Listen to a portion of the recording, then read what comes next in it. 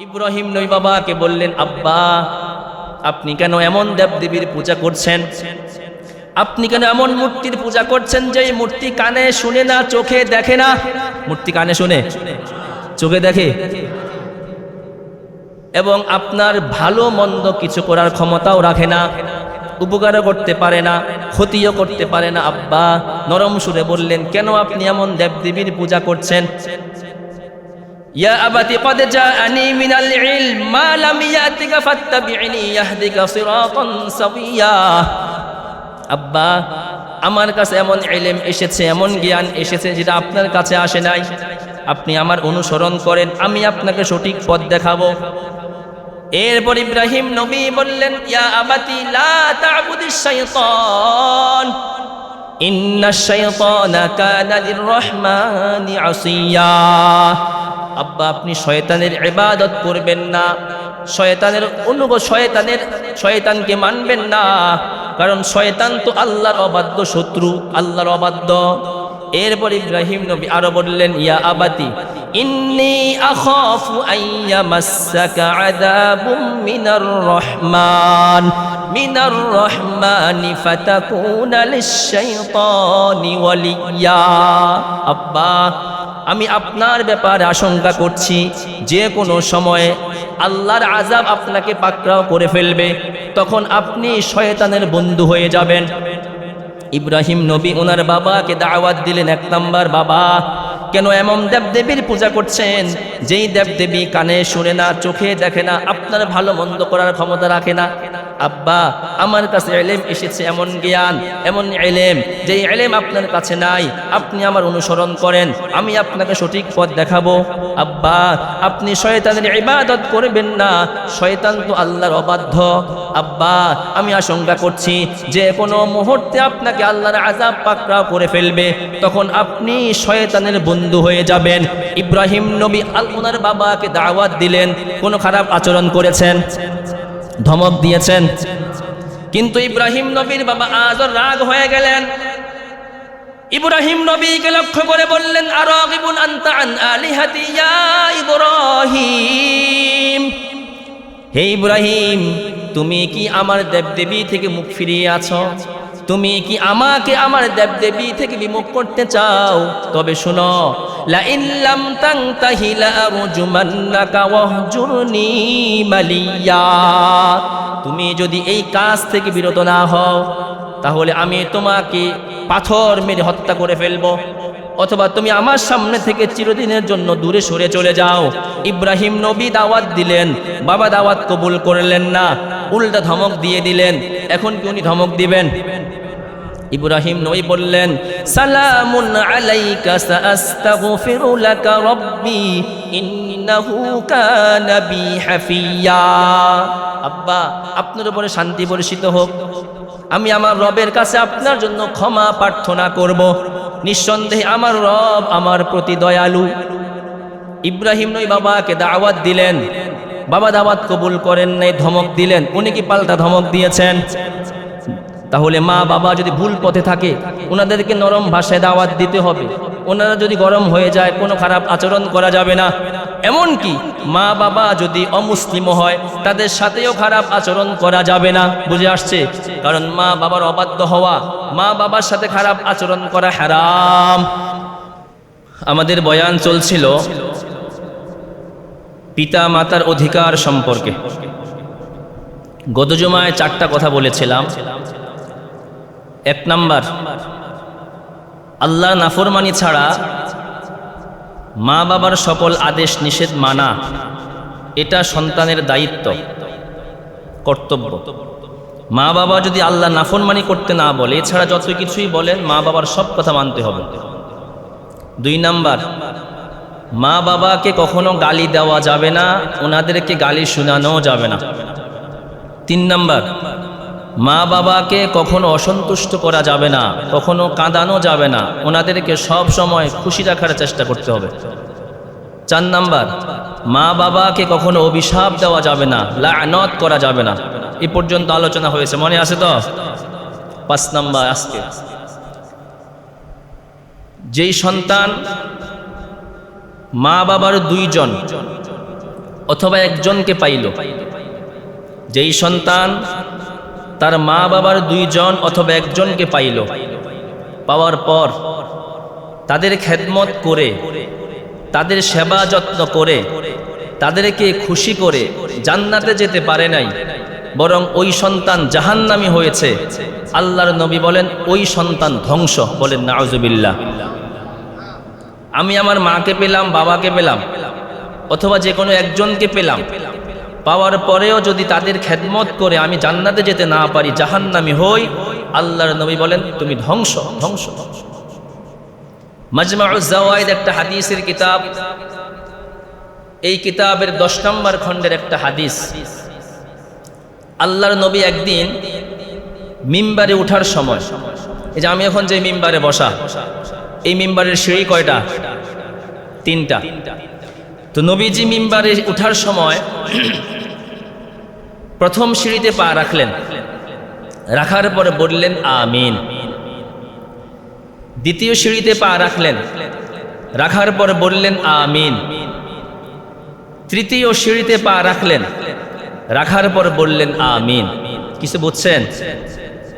কিছু বুঝছেন? কিছুই বুঝি নাই আমরা, শুধু একটুকু বুঝেছি নবীজি আমিন বলেছেন।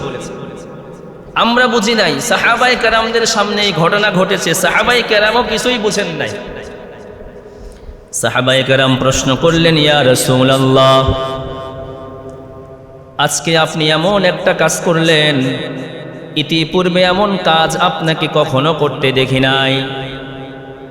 আপনি মিম্বারে ওঠার সময় প্রথম সিঁড়িতে পা রাখার পর বললেন আমিন, দ্বিতীয় সিঁড়িতে পা রাখার পর বললেন আমিন, তৃতীয় সিঁড়িতে পা রাখার পর বললেন আমিন, 3 সিঁড়িতে পা রাখলেন, বললেন আমিন। আমিন বলার কারণটা কি একটু জানায়া দেন। আল্লাহর নবী বলেন, সাহাবীরা শুনো, জিবরিল আমিন কিছুক্ষণ আগে আমার কাছে এসেছিলেন, এইমাত্র আবার বিদায় নিয়ে গেলেন। সাহাবায়ে কেরাম বলেন, ইয়া রাসূলুল্লাহ, জিবরিল আমিন কিছুক্ষণ আগে আপনার কাছে এসেছিলেন, আবার এইমাত্র চলে গেলেন, সেটা তো বুঝলাম, কিন্তু 3 সিঁড়িতে ওঠার সময় আমিন কেন বললেন একটু বুঝাইয়া দেন। আল্লাহর নবী বলেন, সাহাবীরা শুনো, আমি যখন প্রথম সিঁড়িতে পা রাখলাম, রাখার পরে জিবরিল আমিন আমাকে লক্ষ্য করে বললেন, ইয়া রাসূলুল্লাহ, মান আদরাকা ওয়ালিদাইহি ওয়াহদাহুমা সুম্মা দাখালান নার, যেই সন্তান তার মা বাবার 2জন অথবা একজনকে পাইল, যেই সন্তান তার মা বাবার 2জন অথবা একজনকে পাইল, পাওয়ার পরেও তাদের খেদমত করে, তাদের সেবা যত্ন করে, তাদেরকে সন্তুষ্ট করে জান্নাতে যেতে পারে নাই, বরং জাহান্নামী হয়েছে, আবাদাহুল্লাহ, ওই সন্তানকে আল্লাহ ধ্বংস করুক। হুজুর, আমি যে বদদুয়াটা করলাম, আপনি বলেন আমিন। নবীজি বলেন, তাই আমি বললাম আমিন। নবীজি প্রথম সিঁড়িতে পা রাখলেন, জিবরিল আমিন বলেন, ইয়া রাসূলুল্লাহ, যেই সন্তান তার মা বাবার 2জন অথবা একজনকে পাইল, পাওয়ার পরেও জান্নাতে যেতে পারে নাই, জাহান্নামী হয়েছে, ওই ব্যক্তি ধ্বংস। নবীজি বললেন আমিন। সাহাবায়ে কেরাম বললেন, ইয়া রাসূলুল্লাহ, প্রথম সিঁড়িতে পা রেখে আমিন বলার কারণ তো জানলাম, দ্বিতীয় সিঁড়িতে পা রেখে আমিন বলার কারণটা কি? নবীজি বলেন, শোনো, আমি যখন দ্বিতীয় সিঁড়িতে পা রাখলাম, তখন জিবরিল আমিন আমাকে বললেন, ইয়া রাসূলুল্লাহ, মান আদরাকা রমাদান ফালাম ইউগফার লাহু, যেই ব্যক্তি রমজানুল মুবারক পাইল, যেই বান্দা রমজান মাস পাইল, পাওয়ার পরেও তাকে ক্ষমা করা হয় নাই, যেই ব্যক্তি রমজান মাস পাওয়ার পরেও আল্লাহর পক্ষ থেকে নিজের গুনাহ ক্ষমা করাইতে পারে নাই, জিবরিল আমিন বলেন ওই ব্যক্তিও ধ্বংস। হুজুর, আমি যে দোয়াটা করলাম আপনি বলেন আমিন। নবীজি বলেন, তাই আমি বললাম আমিন। তাহলে যেই ব্যক্তি রমজান মাস পাওয়ার পরেও নিজের গুনাহ ক্ষমা করাইতে পারবে না, ওই ব্যক্তিও ধ্বংস। সাহাবায়ে কেরাম বললেন, ইয়া রাসূলুল্লাহ, তৃতীয় সিঁড়িতে পা রেখে আমিন বলার কারণটা কি? নবীজি বলেন, ও আমার সাহাবীরা শোনো, আমি যখন তৃতীয় সিঁড়িতে পা রাখলাম, জিবরিল আমিন আমাকে বললেন, ইয়া রাসূলুল্লাহ, মান যুকিরিতা ইনদাহু ফালাম ইউসাল্লি আলাইকা, ইয়া রাসূলুল্লাহ, আপনার যেই উম্মতের সামনে আপনার নাম নেওয়া হয়, নেয়ার পর যদি ওই উম্মত আপনার নামে দুরুদ না পড়ে, ওই বান্দা ও ধ্বংস। বলেন নাউজুবিল্লাহ। হুজুর আমি যে দোয়াটা করলাম আপনি বলেন আমিন। নবীজি বললেন তাই আমি বললাম আমিন। তাহলে যার সামনে নবীর নাম বলা হয় কিন্তু সে দুরুদ শরীফ পড়ে না, জিবরিল বলেন ওই ব্যক্তি ধ্বংস। নবীজি বললেন আমিন, দুরুদ শরীফ পড়বেননি। তাহলে নবীজি তিনবার কেন আমিন বললেন? প্রথম সিঁড়িতে পা রাখার পর জিবরিল আমিন বললেন, ইয়া রাসূলুল্লাহ, যেই সন্তান তার মা বাবার দুইজন অথবা একজনকে পাইল, পাওয়ার পরেও তাদের সেবা যত্ন করে জান্নাতে যেতে পারে নাই, বরং জাহান্নামে হয়েছে, ওই ব্যক্তি ধ্বংস। হুজুর বললেন ওই ব্যক্তি ধ্বংস হোক। হুজুর বললেন আমিন। 2 নাম্বার, যেই ব্যক্তি রমজান মাস পাইল, পাওয়ার পরেও তার গুনাহ ক্ষমা করাইতে পারে নাই, জিবরিল আমিন বলেন ওই ব্যক্তি ধ্বংস হোক। হুজুর বললেন আমিন। তৃতীয় সিঁড়িতে পা রাখার পর জিবরিল আমিন বলেন, ইয়া রাসূলুল্লাহ, আপনার যে উম্মতের সামনে আপনার নাম নেওয়া হয়, নেয়ার পর ওই উম্মত দুরুদ না পড়ে আপনার উপর, ওই উম্মত ধ্বংস হোক। নবীজি বললেন আমিন। আল্লাহ তাআলা আমাদের প্রত্যেককেই নবীর উপরে বেশি বেশি দুরুদ পড়ার তৌফিক দান করুন। সকলে বলি আমিন।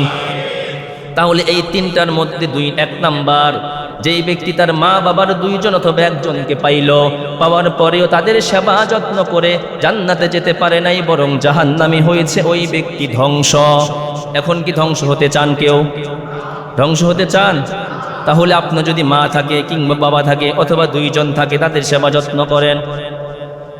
মা বাবার খেদমত করতে, মা বাবার সেবা যত্ন করতে তো কমতি করবেন না। যদি আপনি দুনিয়াতে কল্যাণ চান, পরকালে ভালাই চান, সাধ্য মতো মা বাবার খেদমত করেন, আল্লাহ তাআলা আপনার কপাল খুলে দিবেন। বুঝে আসতেছে? মা বাবার খেদমত।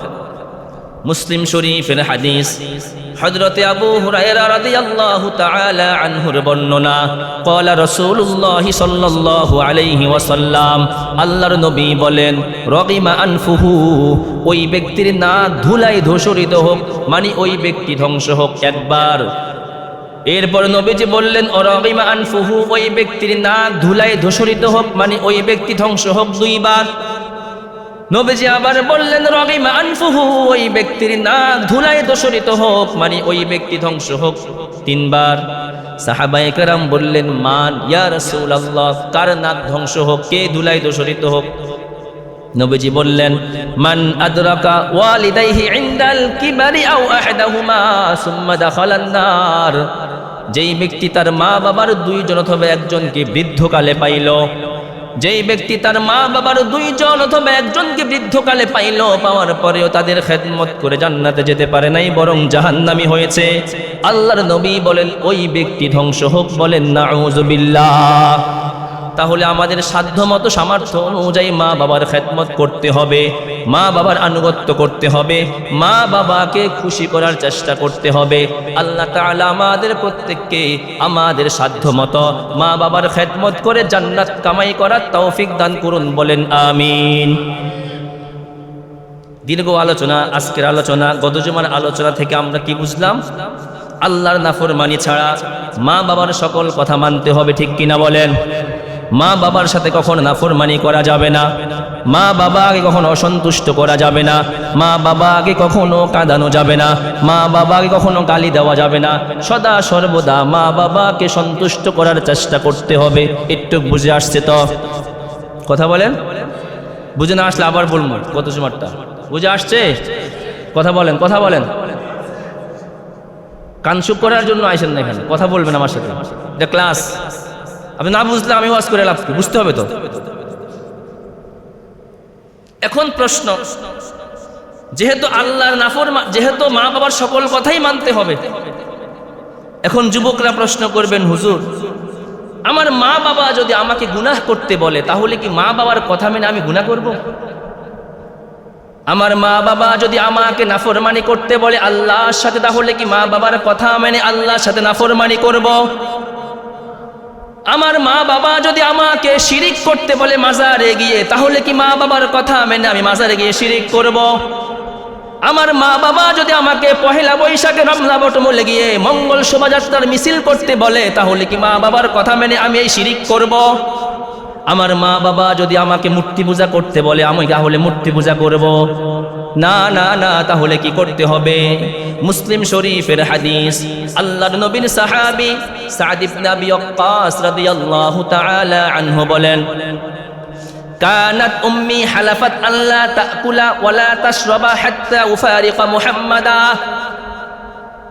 সাদ ইবনে আবি ওয়াক্কাস রাদিয়াল্লাহু তাআলা আনহু বলেন, আমার মা শপথ করেছেন যতক্ষণ পর্যন্ত আমি মুহাম্মদ সাল্লাল্লাহু আলাইহি ওয়াসাল্লামকে ত্যাগ না করব, যতক্ষণ পর্যন্ত আমি ইসলাম না ছাড়ব, ততক্ষণ পর্যন্ত আমার মা কিছু খাবেন না, কিছু পানও করবেন না। আমার মা শপথ করেছেন। সাদ ইবনে আবি ওয়াক্কাস বলেন, আমি তো পেরেশান হয়ে গেলাম, এখন কি করা যায়? মায়ের কথা মানবো নাকি মানবো না? মায়ের কথা মানতে গেলে আল্লাহর নাফরমানি করতে হয়, ইসলাম ছাড়তে হয়। আর ইসলাম ছাড়লে ইসলাম মানলে মায়ের নাফরমানি করতে হয়। কোনটা করব? পেরেশান হয়ে গেলাম। সাদ ইবনে আবি ওয়াক্কাস বলেন, আমার এই অবস্থা দেখে আল্লাহ রাব্বুল আলামিন সূরা লুকমানের 15 নম্বর আয়াত নাজিল করে দিলেন। আল্লাহ রাব্বুল আলামিন বলেন, ওয়া ইন জাহাদাকা আলা আন তুশরিকা বি মা লাইসা লাকা বিহি ইলম ফালা তুতি'হুমা ওয়া সাহিবহুমা ফিদ দুনিয়া মা'রুফা। আল্লাহ রাব্বুল আলামিন বলেন, শোনো, তোমার মা বাবা যদি আমার সাথে নাফরমানি করতে তোমাকে বাধ্য করে, তোমার মা বাবা যদি তোমাকে মূর্তি পূজা করতে বাধ্য করে, তোমার মা বাবা যদি তোমাকে শিরিক করতে বাধ্য করে, তোমার মা বাবা যদি তোমাকে ইসলাম মানতে বাধ্য করে, যে বিষয়ে তোমার কোনো জ্ঞান নাই, আল্লাহ রাব্বুল আলামিন বলেন মা বাবার এই কথা মানা যাবে না। বুঝে আসছে? মা বাবার এই কথা মানা যাবে না। মা বাবা শিরিক করতে বললে মানা যাবে না। কারণটা কি? তবারি শরীফের হাদিস, ইমরান ইবনে হুসাইন রাদিয়াল্লাহু তাআলা আনহু বলেন, ক্বালা রাসূলুল্লাহি সাল্লাল্লাহু আলাইহি ওয়াসাল্লাম, আল্লাহর নবী বলেন, লা তাআতা লিমাখলুকিন ফি মা'সিয়াতিল খালিক। নবীজি বলেন, কোন মানুষের আনুগত্য করে আল্লাহর নাফরমানি করা যাবে না। কোন মাখলুকের আনুগত্য করে আল্লাহর নাফরমানি করা যাবে না। সুতরাং মা যদি আমাকে আল্লাহর সাথে নাফরমানি করতে বলে, এই কথা মানা যাবে না। বুঝে আসছে? মা যদি আমাকে শিরিক করতে বলে, এটা মানা যাবে না। মা বাবা যদি আমাকে বলে দাড়ি রাখা যাবে না, মা বাবার এই কথা মানা যাবে না। সুতরাং যেই নেতা আমাকে শিরিক করতে বলবে, ওই নেতার কথা মানা যাবে। যেই নেতা আমাকে বলবে দেশের মোড়ে মোড়ে মূর্তি স্থাপন করো, ওই নেতার কথা মানা যাবে না। না না না, আল্লাহ রাব্বুল আলামিন বলে আমার সাথে নাফরমানি করতে বললে মা বাবার কথা মানা যাবে না। নেতার তো কোনো প্রশ্নই আসে না, ঠিক কি না? প্রশ্ন আসে নেতার? সুতরাং নেতার কথা মেনে শিরিক করা যাবে না, নেতার কথা মেনে মূর্তি স্থাপন করা যাবে না, নেতার কথা মেনে ঈমান নষ্ট করা যাবে না। বুঝে আসছে? তাহলে আমার মা যদি আমাকে বলে মাজারে যাও, এটা মানা যাবে না। মা যদি আমাকে বলেন তুমি দাড়ি রাখবা না, এটা মানা যাবে না। মা বাবা যদি আমাকে বলে তুমি ইসলাম মানবা না, এটা মানা যাবে না। মা বাবা যদি আমাকে বলে তুমি সাহারির সময় উঠবা না, রোজা রাখবা না, মা বাবার এই কথা মানা যাবে না। তাহলে এখন কি করতে হবে? যেহেতু মা বাবার এই কথা মানা যাবে না, তাহলে মাকে এবং বাবাকে একটা ধমক দিয়ে দিব, ঠিক কিনা? হ্যাঁ, মাশাআল্লাহ। কি করতে হবে? সূরা লুকমানের 15 নম্বর আয়াতের শেষের দিকে আল্লাহ রাব্বুল আলামিন বলেন, ফালা তুতি'হুমা ওয়া সাহিবহুমা ফিদ দুনিয়া মা'রুফা। হে আমার বান্দারা শুনো, তোমার মা বাবা যদি তোমাকে আমার সাথে নাফরমানি করতে বলে, মা বাবার এই কথা মানা যাবে না, পাল্টা মা বাবাকে ধমক দেওয়া যাবে না। বুঝে আসছে? মা বাবাকে ধমক দেওয়া যাবে না, মা বাবার সাথে চোখ রাঙ্গিয়ে কথা বলা যাবে না, মা বাবার সাথে উঁচু আওয়াজে কথা বলা যাবে না। মা বাবা যদি নাফরমানি করতে বলে, এটা মানা যাবে না। বাকি মা বাবার সাথে ভালো আচরণ করতে হবে। আগে যেরকম খেদমত করতা, এখনো খেদমত করা লাগবে। আগে যেরকম মা বাবার খোঁজখবর নিতা, এখনো খোঁজখবর নেওয়া লাগবে। এমনকি যদি কোনো অমুসলিম ইসলাম গ্রহণ করে ফেলে এবং তার মা কিংবা বাবা অমুসলিম থেকেই যায়, নবীজি বলেন এরপরেও এই অমুসলিম মা বাবার সাথেও খারাপ আচরণ করা যাবে না, তাদের সেবা যত্ন করতে হবে, তাদের আনুগত্য করতে হবে, তোমার সাধ্য অনুযায়ী তাদেরকে খেদমত করতে হবে। তাহলে মা বাবা নাফরমানি করতে বললে এটা মানা যাবে না, পাল্টা ধমকও দেওয়া যাবে না। বুঝে আসছে? বরং মা বাবার সাথে নরম সুরে কথা বলতে হবে, ভদ্র ভাষায় কথা বলতে হবে। এমনকি মা বাবা যদি বিপথে থাকেন, ভুল পথে থাকেন, তাহলে মা বাবাকে নরম ভাষায় দাওয়াত দিতে হবে, ভদ্র ভাষায় দাওয়াত দিতে হবে, কখনো খারাপ আচরণ করা যাবে না। ইব্রাহিম আলাইহিস সালাতু ওয়াস সালামের বাবা আযর উনি ভুল পথে ছিলেন। ইব্রাহিম নবী বাবাকে ভদ্র ভাষায় দাওয়াত দিয়ে দিলেন, কখনো খারাপ আচরণ করেন নাই। আল্লাহ রাব্বুল আলামিন সূরা মারিয়ামের 41 নম্বর আয়াত থেকে 47 নম্বর আয়াতের মধ্যে আমাদের নবীকে জানিয়ে দিলেন ওই ঘটনা। আল্লাহ রাব্বুল আলামিন বলেন, ইয ক্বালা লিয়াবিহি ইয়া আবাতি লিমা তা'বুদু মা লা ইয়াসমা'ু ওয়া লা ইউবসিরু ওয়া লা ইউগনি আনকা শাইআ। ইব্রাহিম নবী বাবাকে বললেন, আব্বা আপনি কেন এমন দেবদেবীর পূজা করছেন? আপনি কেন এমন মূর্তির পূজা করছেন যে মূর্তি কানে শুনে না, চোখে দেখে না? মূর্তি কানে শুনে, চোখে দেখে, এবং আপনার ভালো মন্দ কিছু করার ক্ষমতাও রাখে না, উপকারও করতে পারে না, ক্ষতিও করতে পারে না। আব্বা নরম সুরে বললেন, কেন আপনি এমন দেবদেবীর পূজা করছেন? ইয়া আবাতি ক্বাদ জাআনি মিনাল ইলম মা লাম ইয়াতিকা ফাত্তাবি'নি ইয়াহদিকা সিরাতান সাবিয়্যা। আব্বা আমার কাছে এমন ইলম এসেছে, এমন জ্ঞান এসেছে যেটা আপনার কাছে আসে নাই। আপনি আমার অনুসরণ করেন, আমি আপনাকে সঠিক পথ দেখাবো। এরপর ইব্রাহিম নবী বললেন, ইয়া আবাতি লা তা'বুদিশ শাইতান ইন্নাশ শাইতানা কানা লির-রহমানি আসিয়া। আব্বা আপনি শয়তানের ইবাদত করবেন না, শয়তানকে মানবেন না, কারণ শয়তান তো আল্লাহর অবাধ্য শত্রু, আল্লাহর অবাধ্য। এরপর ইব্রাহিম নবী আরো বললেন, ইয়া আবাতি ইন্নী আখাফু আইয়ামাসসাকা আযাবুম মিনার রহমানি ফাতাকুনা লিশ-শাইতানি ওয়ালিয়্যা। আব্বা আমি আপনার ব্যাপারে আশঙ্কা করছি, যে কোনো সময়ে আল্লাহর আযাব আপনাকে পাকড়াও করে ফেলবে, তখন আপনি শয়তানের বন্ধু হয়ে যাবেন। ইব্রাহিম নবী ওনার বাবাকে দাওয়াত দিলেন, এক নাম্বার, বাবা কেন এমন দেবদেবীর পূজা করছেন যেই দেবদেবী কানে শুনে না, চোখে দেখে না, আপনার ভালো মন্দ করার ক্ষমতা রাখে না? আব্বা আমার কাছে ইলম এসেছে, এমন জ্ঞান, এমন ইলম যেই ইলম আপনার কাছে নাই। আপনি আমার অনুসরণ করেন, আমি আপনাকে সঠিক পথ দেখাবো। আব্বা আপনি শয়তানের ইবাদত করবেন না, শয়তান তো আল্লাহর অবাধ্য। আব্বা আমি আশঙ্কা করছি যে কোনো মুহূর্তে আপনাকে আল্লাহর আযাব পাকড়াও করে ফেলবে, তখন আপনি শয়তানের বন্ধু হয়ে যাবেন। ইব্রাহিম নবী ওনার বাবাকে দাওয়াত দিলেন, কোনো খারাপ আচরণ করেছেন, ধমক দিয়েছেন, কিন্তু ইব্রাহিম নবীর বাবা আযর রাগ হয়ে গেলেন। ইব্রাহিম নবীকে লক্ষ্য করে বললেন, আরাগিবুন আনতা আন আলিহাতি ইয়া ইব্রাহিম। হে ইব্রাহিম তুমি কি আমার দেবদেবী থেকে মুখ ফিরিয়ে আছো? তুমি কি আমাকে আমার দেবদেবী থেকে বিমুখ করতে চাও? তবে শুনো, লা ইন লাম তানতাহি লা আরজুমান্নাকা ওয়াহজুরনি মালিয়া। তুমি যদি এই কাজ থেকে বিরত না হও, তাহলে আমি তোমাকে পাথর মেরে হত্যা করে ফেলবো, অথবা তুমি আমার সামনে থেকে চিরদিনের জন্য দূরে সরে চলে যাও। ইব্রাহিম নবী দাওয়াত দিলেন, বাবা দাওয়াত কবুল করলেন না, উল্টা ধমক দিয়ে দিলেন। এখন কি উনি ধমক দিবেন?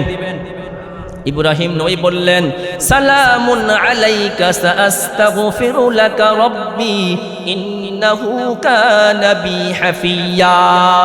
আব্বা আপনার উপরে শান্তি বর্ষিত হোক, আমি আমার রবের কাছে আপনার জন্য ক্ষমা প্রার্থনা করব, নিঃসন্দেহে আমার রব আমার প্রতি দয়ালু।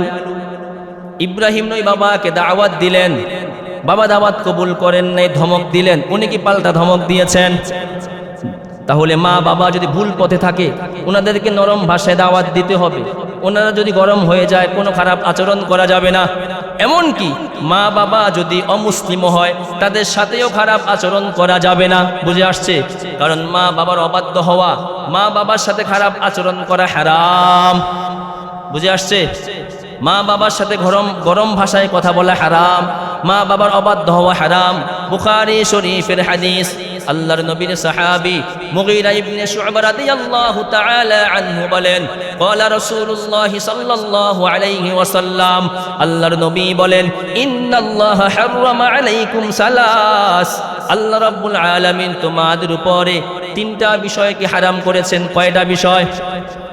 ইন্নাল্লাহা হাররামা আলাইকুম সালাস, আল্লাহ রাব্বুল আলামিন তোমাদের উপরে তিনটা বিষয়কে হারাম করেছেন। কয়টা বিষয়? এক নম্বর উকুকুল উম্মাহাত, মা বাবার অবাধ্য হওয়াকে আল্লাহ হারাম করেছেন। মা বাবার সাথে খারাপ আচরণ করাকে আল্লাহ হারাম করেছেন। মা বাবার সাথে নাফরমানি করাকে আল্লাহ হারাম করেছেন।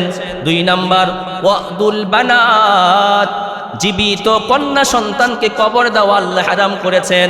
জাহিলি যুগের লোকজন জীবিত মেয়েকে তারা দাফন করে ফেলতো কিনা বলেন? এটা আল্লাহ হারাম করেছেন। তিন নাম্বার ওয়ামানাআওয়াহাত, কোন পাওনাদারের পাওনা না দেওয়া, এটাও আল্লাহ হারাম করেছেন। কোন পাওনাদারের পাওনা না দেওয়া, এটা আল্লাহ হারাম করেছেন। এখন আফসোস, কাউকে বর্তমান জামানা ঋণ দেওয়া অনেক সমস্যা। ঋণ দেওয়া সওয়াবের কাজ কিনা বলেন? কথা হয় না। ঋণ দেওয়া সওয়াবের কাজ কিনা? কিন্তু বর্তমান জামানা ঋণ দেওয়া কি সওয়াবের কাজ? উল্টা গুনাহ হয়ে দাঁড়িয়েছে। আপনি কাউকে ঋণ দিবেন, আপনার সাথে সম্পর্ক তার শেষ। ঋণ নেওয়ার আগে ছলে বলে কলা কৌশলে কত রকমের যে কৌশল উনি জানে টাকাটা আপনার থেকে নেওয়ার জন্য। যখনই টাকাটা ওনার পকেটে চলে গেল, কেমন যেন বাপের ব্যাংক থেকে অ্যাকাউন্ট থেকে তুলে আনলো। এই টাকা আপনাকে দেওয়ার আর নামগন্ধ নাই, ঠিক কিনা বলেন? আগামী মাসের 3 তারিখে 5 তারিখে বেতন পাইলে আপনাকে দিবে। কোন আগামী মাস ওটা কিন্তু বলে না। এখন যিনি ঋণ দিয়েছেন, ঋণ চাইতে গিয়ে ওনার জুতা কয়েকটা ক্ষয়। বাসায় যখন কলিং বেল দেয়, উনি যখন বুঝতে পারে ওর মুখে এসছে, ওই যে ক্যামেরা দিয়ে দেখে, তখন ছেলেকে বলে, তুমি বলো যে বাবা বাসায় নাই। এবার সন্তান এসে বলে, আব্বা বলছে আব্বা বাসায় নাই। এরকম ঘটনা ঘটে কিনা বলেন? ঋণ দিলেন তো সম্পর্ক নষ্ট, অথচ ঋণ দেওয়া তো সওয়াবের কাজ ছিল। আপনার কাছে পাচ্ছে, আপনার উপকার করছে, উল্টা পাট নেয়। তুই পারলে নিস, কি বলে? তুই পারলে নিস, এরকম ধমক দেয় কিনা বলেন? ওনার একটু ক্ষমতা আছে, দেখাই দিল, তুই পারলে টাকাটা নিস। তুমি গরিব মানুষ কিংবা নরম ভদ্র মানুষ, কিছু বলেন না, কিন্তু কিয়ামতের ময়দানে আপনার অবস্থাটা কেমন হবে? উনি আপনার উপকার করলো, আপনার উচিত ছিল 10,000 টাকা ঋণ নিলে দেওয়ার সময় ওনাকে একটু হাদিয়া বাড়াইয়া দেওয়া, ব্যক্তিগতভাবে দেওয়ার, সুদ না, চুক্তি করলে সুদ হবে। মাসালাটা বুঝেন। একজন থেকে আপনি ঋণ নিলেন 10,000, উনিও জানে আপনি 10,000 টাকাই দিবেন, কিন্তু আপনি দেওয়ার সময় একটু 500 টাকা দিলেন বেশি, এটা জায়েজ আছে। কিন্তু চুক্তি করে নেন 10,000 টাকা দিলাম, প্রতি 1,100 করে দিবা, ওটা হারাম, ওটা সুদ। বুঝে আসছে? তো বাড়তি দেওয়া দূরের কথা, মূলটাই দেয় না। মূলটা উদ্ধার করতে গিয়েই তো কি লাগলে দুজনের সাথে দ্বন্দ্ব, মোহাব্বত শেষ, ঠিক কিনা বলেন? নবীজি বলেন, ওয়ামানাআওয়াহাত, পাওনাদারের পাওনা না দেওয়া, এটাও আল্লাহ হারাম করেছেন। সুতরাং কেউ টাকা পয়সা পাইলে দিয়া দিবেন, না দিতে পারলে সময় বাড়ান। ভাই আমার দিতে পারতেছি না, একটু সময় দিন, আমি দিয়ে দিব। সময়ও বাড়ায় না, কিচ্ছু বলে না। ওনার বাসায় লাইন হলে অন্য লাইন দিয়ে ঘুরে আসে, ওনার সামনেই আর পড়ে না, ঠিক কিনা? এবং অনেক দেখবেন দোকানে বাকি খায়, গ্রাম দেশে বেশি। এই দোকানে খাবে 1 সপ্তাহ 2 সপ্তাহ, 300, 400, 500 হয়ে গেছে, এখন দোকানদার টাকা চায়, এখন এই দোকানে আসে না, ওই পাশের দোকানে ওখানে গিয়ে আবার বাকি করে। তো কখনো দোকানের সামনে দিয়ে গেলে ভাব এমন, কথাই বলে না, টাইম নেই, এখন ডাকলেও মানে ডাক শুনতে চায় না। এরকম আছে কিনা লোক বলেন? গ্রাম দেশে বহুমতি দোকানদারের দোকান বন্ধ হয় শুধু এই কারণে, বাকি খাইতে খাইতে বেটার দোকান শেষ। তো নবীজি হারাম, সে তোমার কাছে পায়, এই পাওনা দিয়ে দেওয়া হারাম, না দেওয়া হারাম, দিতে হবে। তাহলে 1 নাম্বার মা বাবার অবাধ্য হওয়া, এটা হারাম। 2 নাম্বার জীবিত কন্যা সন্তানকে কবর দেওয়া, এটা হারাম। 3 নাম্বার পাওনাদারের পাওনা সময় মতো না দেওয়া, এটাও কি হারাম। তাহলে এর মধ্যে এর মধ্যে 1 নাম্বার যে মা বাবার অবাধ্য হওয়া যাবে, এটা হারাম। এজন্য মা বাবা যতই খারাপ আচরণ করুক সন্তানের সাথে, মনে রাখবেন, মা বাবা সন্তানের সাথে যতই খারাপ আচরণ করুক, যতই গরম কথা বলুক, সন্তান মা বাবার দিকে তাকিয়ে কথা বলতে পারবে না, চোখের দিকে তাকিয়ে বলতে হলে চোখ নিচের দিকে নামিয়ে নম্রতার সাথে ভদ্রতার সাথে বলতে হবে। কিন্তু আজকালকে যুবক ভাইরা কিসের নম্রতার ভদ্রতা, পারলে মা বাবার গায়ে হাত তোলে, আছে না এরকম? ওনার একটু রক্ত গরম, লজ্জা করে না? যেই মা বাবা আমাকে তিলে তিলে গড়ে তুলেছেন, এই মা বাবার সাথে খারাপ আচরণ করতে লজ্জা করেন আপনার? আল্লাহ তাআলা আমাদের প্রত্যেককেই মা বাবার খেদমত করার তৌফিক দান করেন। এবার দুইটা হাদিস শোনাবো, বয়ান শেষ হবে। মুসলমান মা বাবার সাথে খারাপ আচরণ করা যাবে না, প্রশ্ন তাহলে কি অমুসলিম মা বাবার সাথে খারাপ আচরণ করা যাবে? দুইটা হাদিস শোনাই। বুখারীর হাদিস, আল্লাহর নবীর সাহাবী হযরত আবু বকর সিদ্দিক রাদিয়াল্লাহু তাআলা আনহুর কন্যার নাম আসমা। হযরত আসমা বলেন, কদিমাত আলাইয়া উম্মি ওয়া হিয়া মুশরিকাতুন ফি আহদি রাসূলিল্লাহি সাল্লাল্লাহু আলাইহি ওয়াসাল্লাম। আমার মুসলিম মা আল্লাহর নবীর জামানায় আমার কাছে এসেছেন সাক্ষাৎ করার জন্য। ফাস্তাইতুন নাবিয়্য সাল্লাল্লাহু আলাইহি ওয়াসাল্লাম, আমি আল্লাহর নবীর কাছে গেলাম, গিয়ে নবীজিকে লক্ষ্য করে বললাম, ইয়া রাসূলুল্লাহ, কদিমাত আলাইয়া উম্মি ওয়া হিয়া রাগিবা, আমার মা ইসলাম অপছন্দ করে, এমন অবস্থা আমার কাছে এসেছে। আমার মা একজন অমুসলিম মহিলা। আফা আসিলু উম্মি, আমি কি এই অমুসলিম মায়ের সাথে সম্পর্ক বজায় রাখবো? আমি কি তার সাথে কথা বলবো, দেখা সাক্ষাৎ করবো কিনা ইয়া রাসূলুল্লাহ? নবীজি বললেন, নাআম সিলি উম্মাক, হে আসমা, তোমার মা যদিও মুসলিম হোক, কিন্তু তোমার মা এই মায়ের সাথে সম্পর্ক বজায় রাখবা।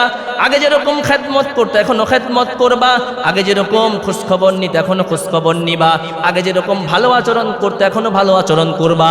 মা মুসলিম হলেও ওই মা বাবার সাথে কখনো খারাপ আচরণ করা যাবে না। তো মুসলিম মায়ের সাথে খারাপ আচরণ করা না গেলে মুসলিম মায়ের সাথে খারাপ আচরণ করা যাবে।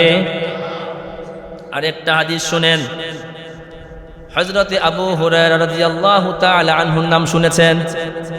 শুনেছেন?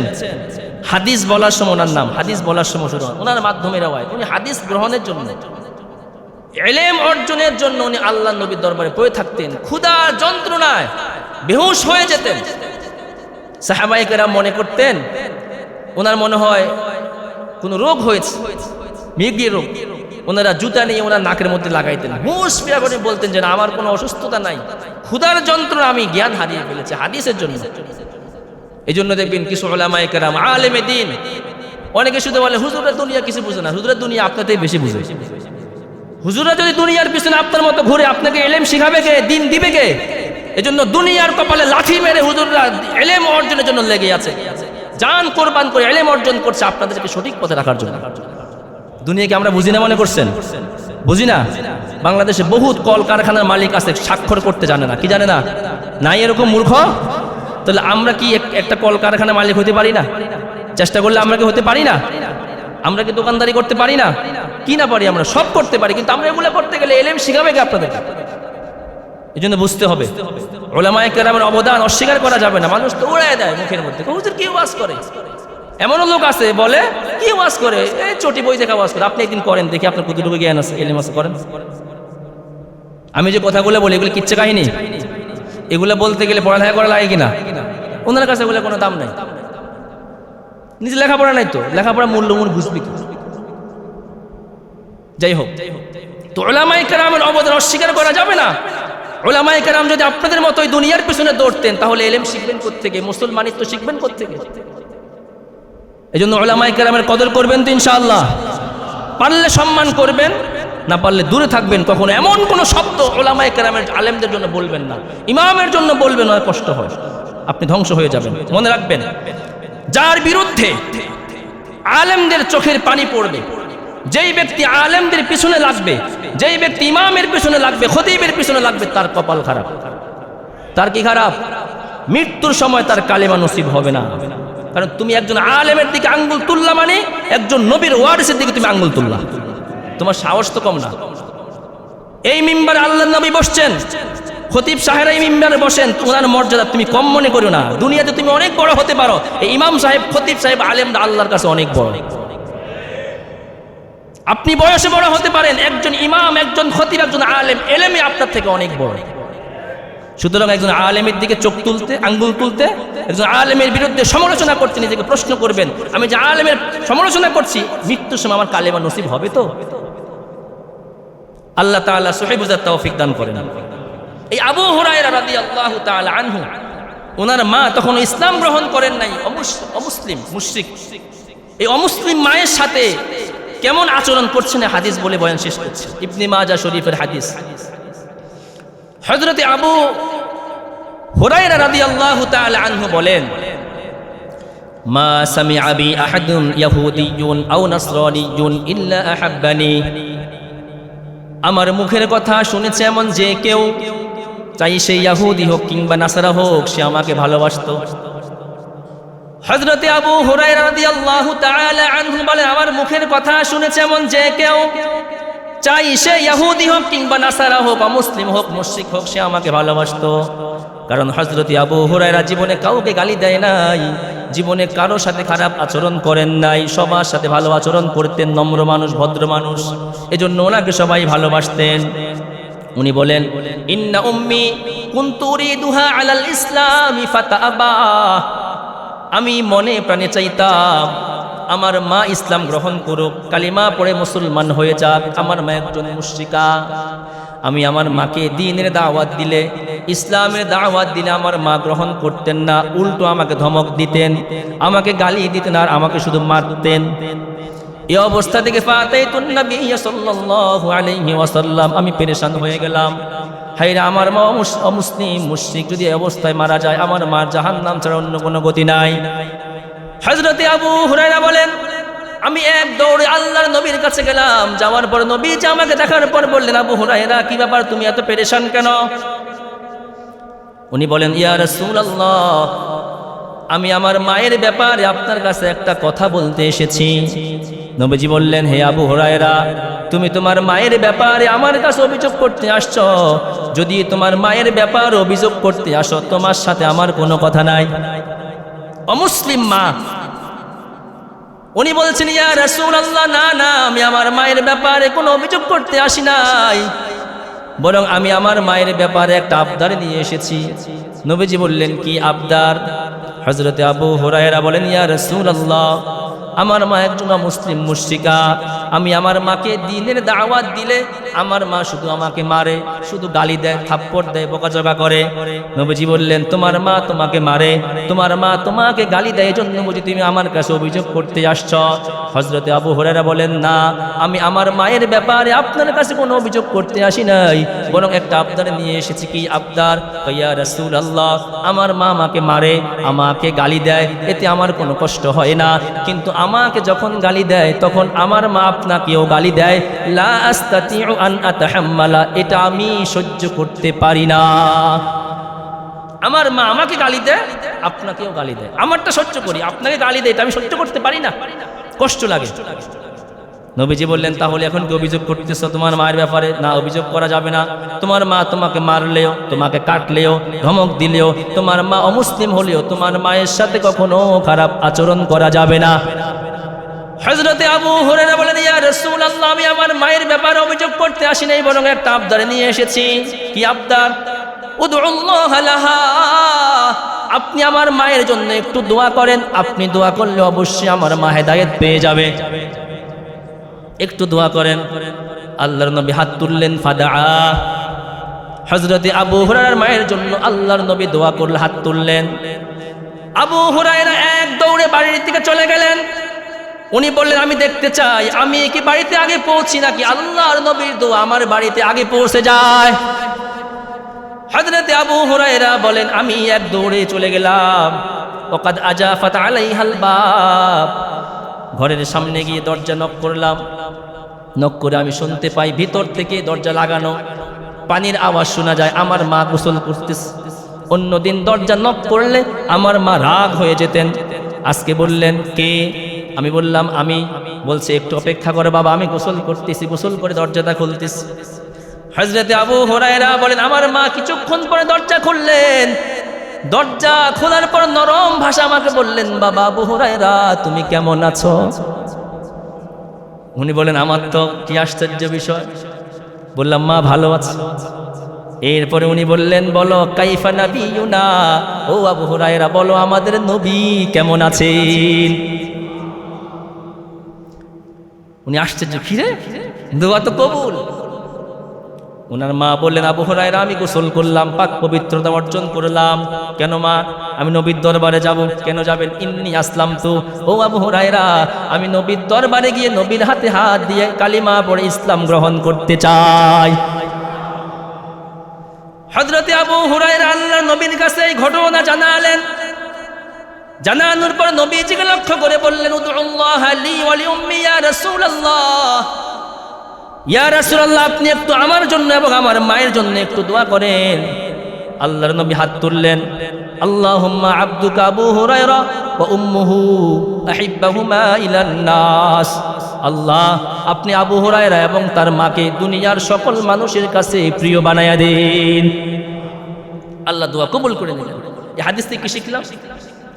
মা বাবা অমুসলিম হলেও তারা যদি আমাকে মারে, ধমক দেয়, গালি দেয়, পাল্টা জবাব দেওয়া যাবে না, এটা ইসলামী শিক্ষা। তাহলে আল্লাহর নাফরমানি ছাড়া মা বাবার সকল কথা মানতে হবে। আর নাফরমানি করতে বলে মানা যাবে? নাফরমানির কথা মানা যাবে না, পাল্টা তাদেরকে ধমকও দেওয়া যাবে না। বরং আগে যেরকম তাদের খেদমত করতাম, খোঁজ খবর নিতাম, ওরকম খেদমত করা লাগবে, খোঁজ খবর নেওয়া লাগবে। বুঝে আসছে? সুতরাং মা বাবার সাথে কখনো খারাপ আচরণ করা যাবে না।